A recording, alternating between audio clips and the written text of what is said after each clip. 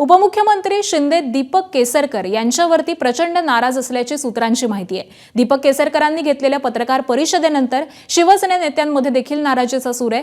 केसरकरांनी एकनाथ शिंदेंच्या चुकीच्या व्यक्तीसोबत भेट घडवून आणल्याचं नेत्यांचं मत आहे आणि अशी माहिती सूत्रांकडून समजते।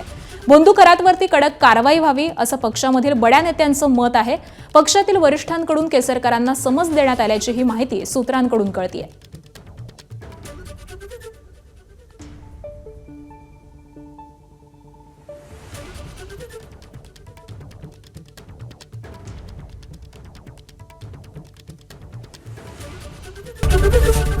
एबीपी माझा, उघडा डोळे बघा नीट।